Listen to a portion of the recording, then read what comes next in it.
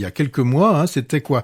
C'était le procès Goldman que nous proposait Cédric Kahn. Et là, il change pas complètement de registre, puisque son making-of, je pense qu'au niveau genre cinématographique, c'est plutôt dans la comédie qu'on devrait le placer. Alors comédie, bon, un peu douce amère, oui, mais comédie, voilà, c'est pas mélodramatique, c'est douce amère. Alors le pitch du film, on a Simon, qui est un cinéaste connu et puis assez aguerri, et qui débute le tournage de son nouveau film, un tournage d'un film sur le combat contemporain d'ouvriers avec grève, assemblée générale, et puis derrière tout ça, une reprise potentielle d'une usine par ses employés. Un film finalement que l'on pourrait très bien voir réalisé par un Ken Loach ou par les frères Dardenne. Mais là non, là le film va plutôt jouer sur ce qui va se dérouler pendant ce film, les imprévus, alors dû aux magouilles du producteur, au cabotinage de l'acteur principal, et puis aussi, en parallèle, il a son couple qui bat de l'aile, on peut le dire. Bon, alors, ok, on l'a déjà vu au cinéma, le tournage d'un film. Alors, on peut citer, il y a longtemps, Chantons sous la pluie, avec les débuts du cinéma parlant. On a La Nuit américaine, qui est la référence, le film de François Truffaut. Ou plus récemment, on le voyait, c'était Vers un avenir radieux de Nanni Moretti. Alors, pourquoi faire un nouveau film sur un sujet qui est tellement rebattu? Je pense que ce qui fait la différence de Making of avec les autres films déjà cités, c'est le traitement.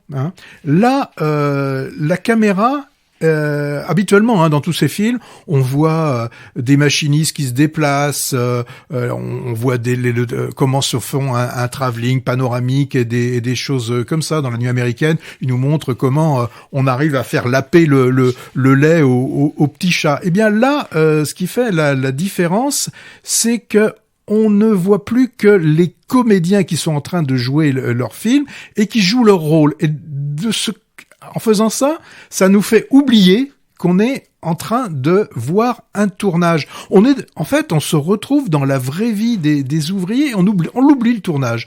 Voilà, c'est que on rentre entièrement dans l'action et le seul moment qui nous ramène à une pseudo-réalité, puisqu'on est toujours dans un film, c'est le coupé. Là, ça nous fait revenir à la réalité. Donc moi, je trouve que c'est assez malin de la part de Cédric Kahn. Et bien aussi, autre point intéressant du film, c'est ce qui se passe dans le film, c'est avec les magouilles du producteur. Là, il va se retrouver, le tournage va se retrouver complètement compromis, oui, puisque les caisses sont vides, et là, la productrice exécutive, alors, je rappelle ce que c'est qu'une productrice ou un producteur exécutif, c'est celui qui assure concrètement la fabrication du film. C'est lui qui est là et qui s'occupe de tout ce qui a qui est lié au droit du travail, aux conventions collectives et toutes ces choses-là. C'est vraiment contrairement au producteur tout court, qui est juste qui donne de l'argent, qui cherche l'argent, c'est qui cherche l'argent. Et là, elle va devoir trouver des coupes dans le scénario, remplaçant certaines scènes par des ellipses. Ce qui, je trouve, devrait être plus souvent fait dans certains films.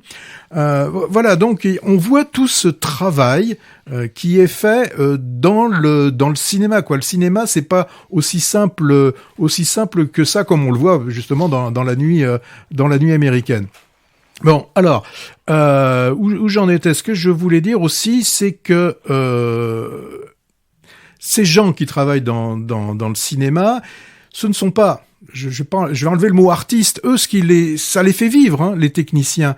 Le côté artistique, ils l'oublient un peu par moment, et c'est tout à fait normal, parce que à un moment donné, quand on leur dit, mais finalement, est-ce que certains seraient d'accord pour continuer le film quasiment gratuitement ou en étant payé plus tard, il y en a certains qui disent « Oui, mais moi, on vient pas me demander mon avis quand je suis en train de monter un projet au jet de dos qui est complètement cassé. » Donc voilà, ça c'est quand même assez intéressant, et donc bien évidemment, Cédric Kahn fait un parallèle entre cette grève qu'il est en train de filmer et puis aussi ces vrais gens, ces vrais techniciens qui sont des travailleurs.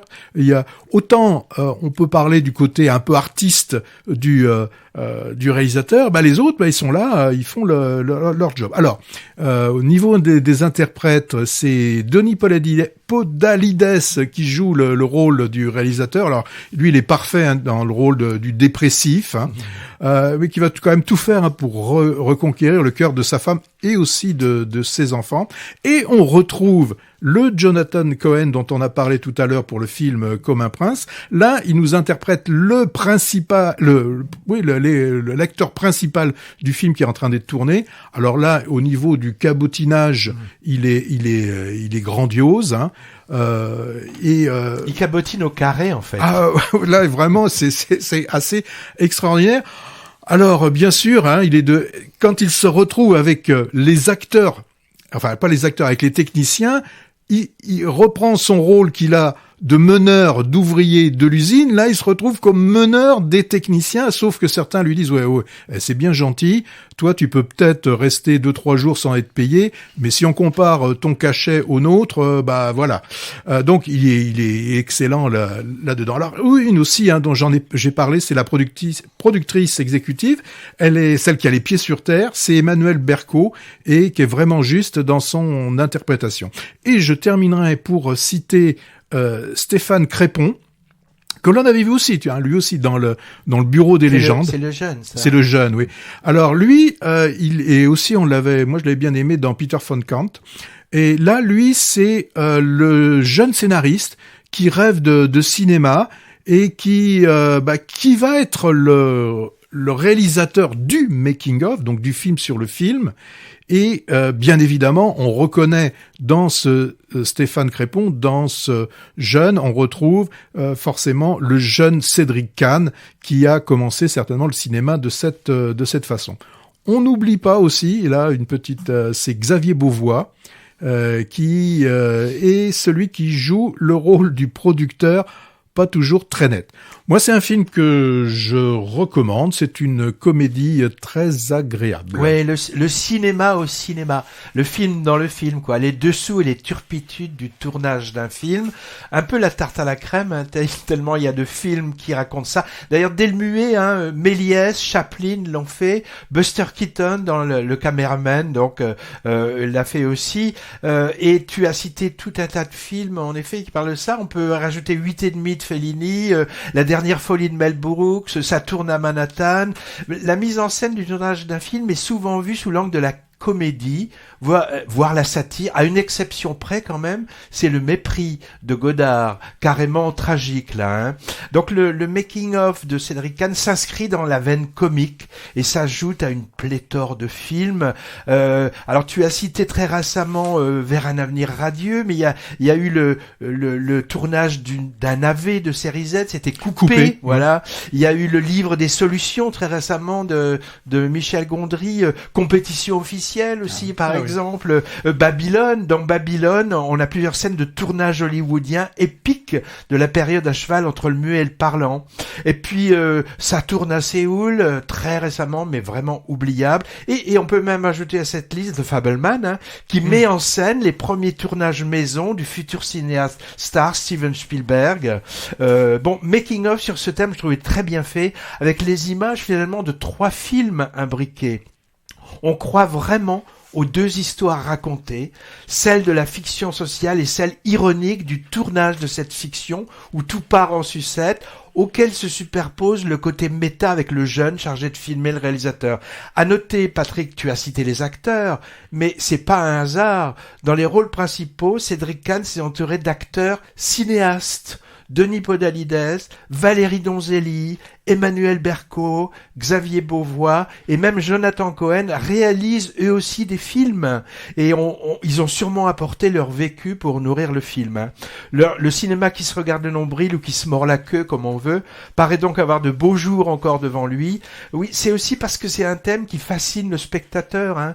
On satisfait sa curiosité d'assister à un tournage, de voir l'envers du décor. Making of lève le voile sur l'économie et la logistique du cinéma, de l'industrie cinématographique, le côté financier, la gestion des figurants, etc. Et c'est passionnant, en plus d'être drôle. Alors tout cinéaste, peut-être en mal d'inspiration, semble se dire à un moment, ah tiens, si je faisais un film sur la difficulté de faire un film, hein. Je sais pas si c'est le cas de Cédric Kahn, hein. Moi je connais pas trop sa filmographie à celui-là, mais j'ai regardé, j'ai compté, il a fait 11 longs métrages en 33 ans. Ça fait une moyenne de un film tous les 3 ans. Et on dirait que le voilà atteint du syndrome Quentin Dupieux, qui filme plus vite que son ombre. 5 films en 3 ans, Quentin Dupieux. Son dernier impressionnant Procès Goldman, à peine tiédi, Cédric Kahn propose 4 mois après celui-là, également réussi, mais dans une tonalité bien différente. Enfin, je sais pas ce que ça nous dit, hein. Je sais pas trop, ça part que ce cinéaste est éclectique, talentueux et prolixe.